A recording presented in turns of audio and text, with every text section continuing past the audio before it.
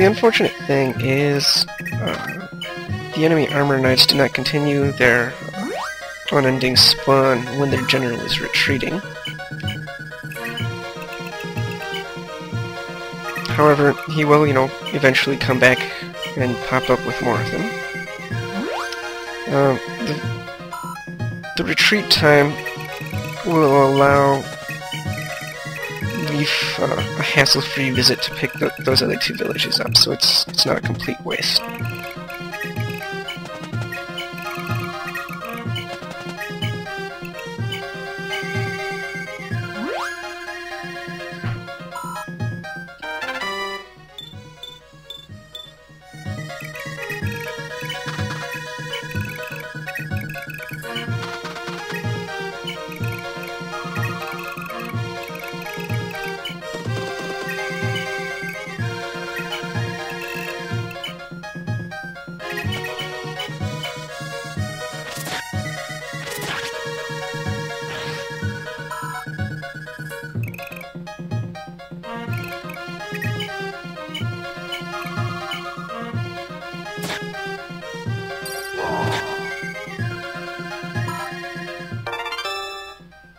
So that's more money in the bank.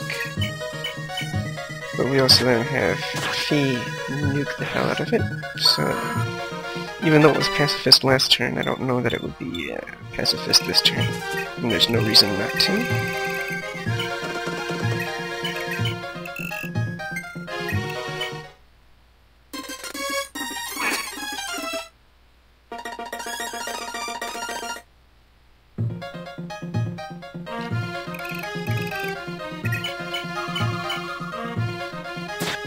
So she just starts to poke the sleeping one for some free chip experience.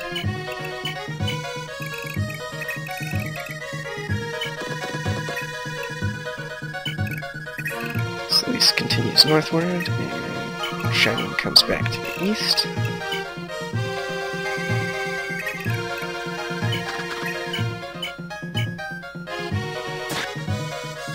So I get some more kills onto my people who need them. Nana does get hit here, so gonna need to get her health back somehow.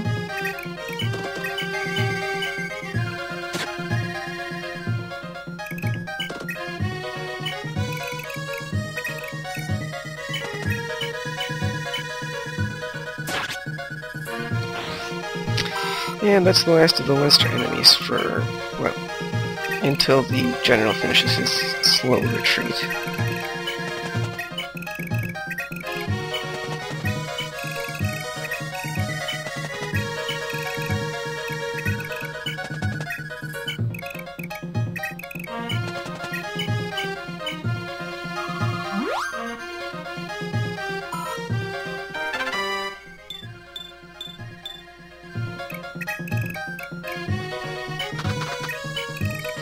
Now, I don't know that I'm got any real intentions on any particular second-gen pairings at all, but I figured I might as well leave people next to each other as long as there's no vital push to keep moving. I have no idea why that attacked Celeste at one range, just to get killed by the hero sword. I really have no idea. But I have... So let's go ahead and weaken up that Dark Mage for two reasons. Well, connected reasons. One is so that Patty can get the kill, and then once the Dark Mage is out of the way, that allows Shannon to reach the boss. Otherwise he wouldn't have enough move to make it there.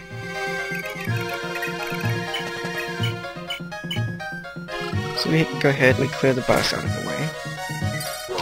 I think the only way that this segment could have been done faster was if Celeste had the lead ring, dismounted to walk over one of the desert tiles, and then remounted, and I don't know. I saw the Nico video pull some shenanigans that I wasn't quite sure I understood.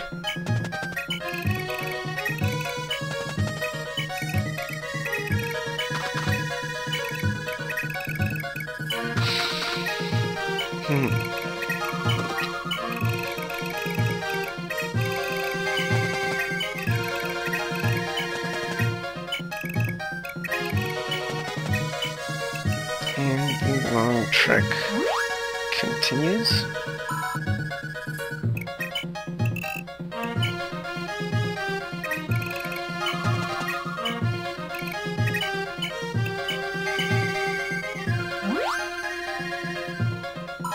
So Nana's gonna make a beeline for the church here, because that's infinitely less expensive than using the rune sword, if I remember correctly.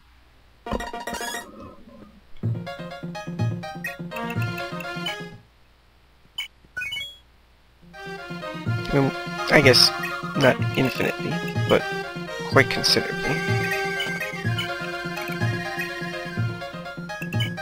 So we go ahead, it's turn 9, we get our C's on, which I think is a really good time frame for this. And we go ahead and we have some conversation, give ourselves another hero sword to play with.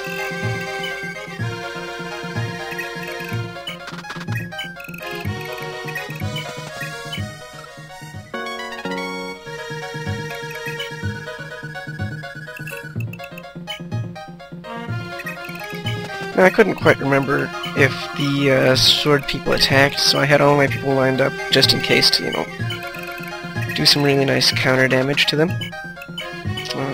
But it turns out that they don't attack, so that wasn't exactly necessary.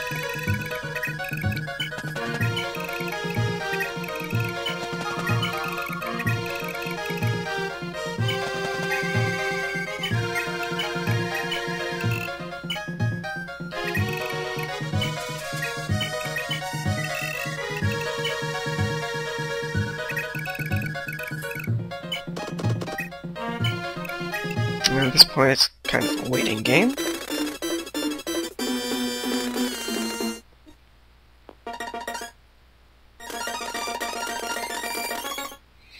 Okay, well, the Ulster people have finally popped back out.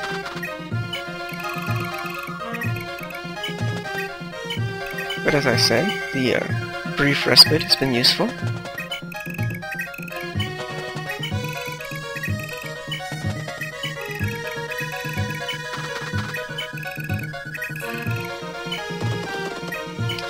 Now, I perhaps should have moved Delmood all the way there. It would have given me an alternate strategy to try than the one that I did take, which is probably too risky in retrospect, but it ended up working out.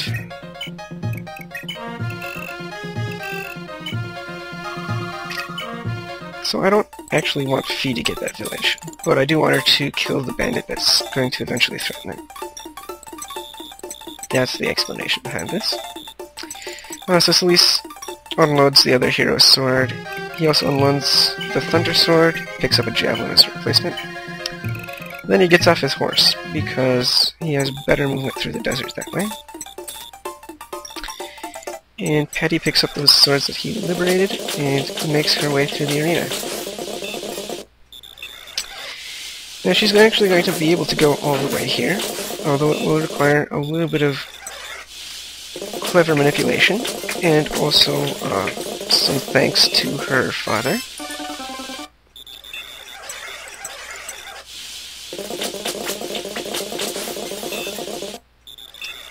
Because Thief with Hero Sword is great, and Hero Sword with Luna is ridiculously great. Just saying. Now, yes, Ambush Sleep Sword could also get the job done. So there are certainly alternate pairings that could make things nice and easy. Perhaps even easier than what's already going on. Because, I mean, this is some crazy manipulation to make sure that those Lunas go off at the right time.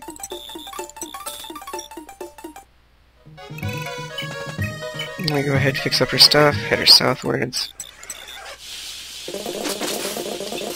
Have Shannon come through and absolutely stomp the arena.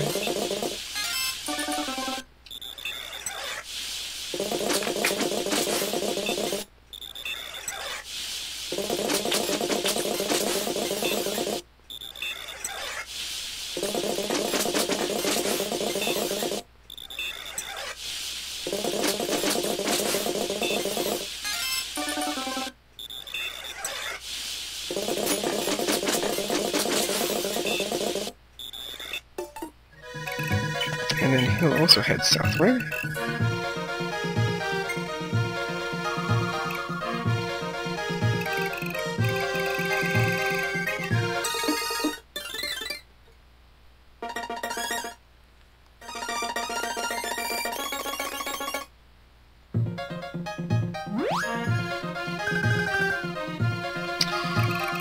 Alright, Mama is ready to come back to the action.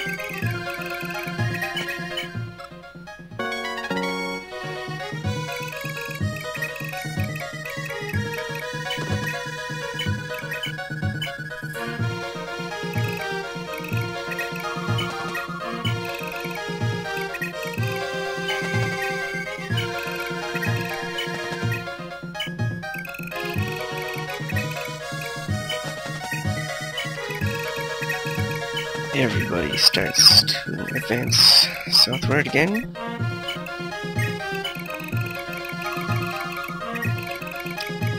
So here, I was just counting to make sure that, you know, Lester would be in range of that guy.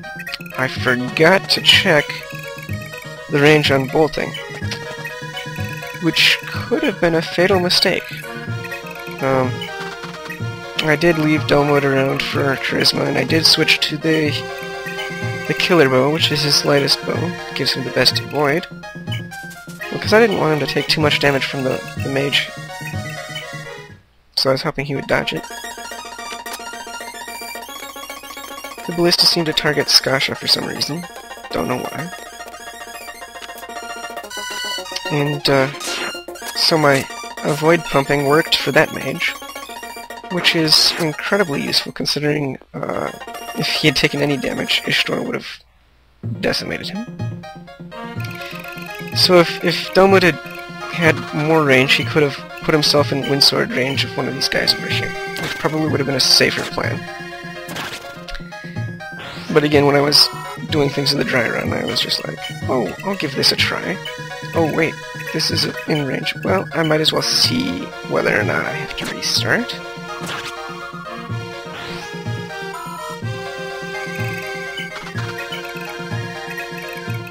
Things ended up working out pretty well, and I'm not going to complain.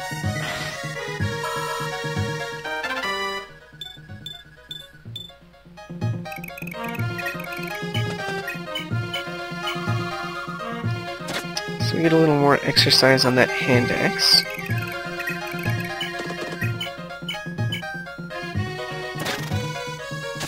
And cutters are great weapons, so Delmwood and Wi-Fi make full use of each of theirs.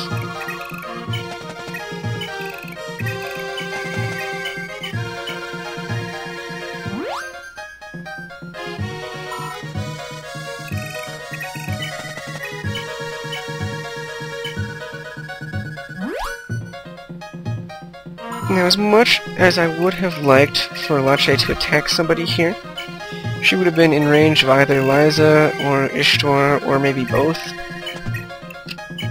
And that just was not a good idea. So she just waits.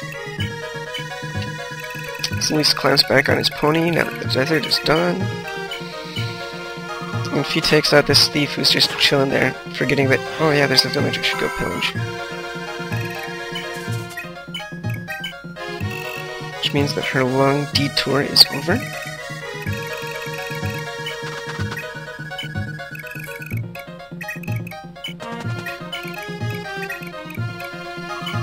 And the Leinster squad are prepped to defend their homeland in the continuing saga of...